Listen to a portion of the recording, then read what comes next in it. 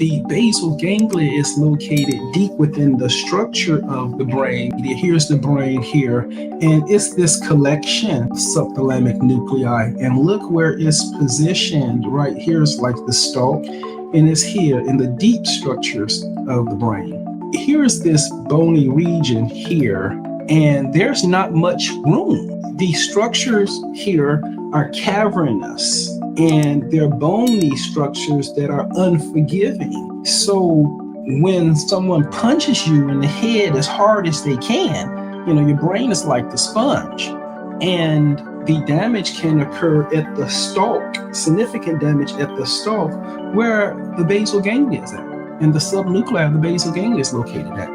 And so 29,000 times. And if you can imagine the reoccurring bouts of inflammation and things like that.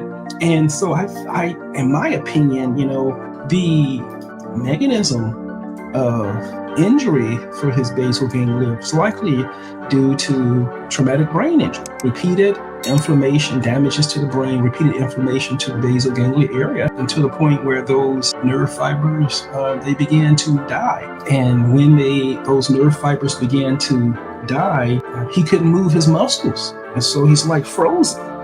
Those cranial nerves are still innervated, controlled by the basal ganglia at that point. And if you have a death of dopaminergic neurons, then you have the loss of the decreased production of dopamine from the presynaptic receptors that are no longer there. And if you get decreased production of dopamine, then the entire dopaminergic network is hypoactive, and therefore the movements are hypoactive. And we describe this as a psychomotor slowing or as a psychomotor retardation or something like that. So you can see here how the champ is, he's gone through some brain changes.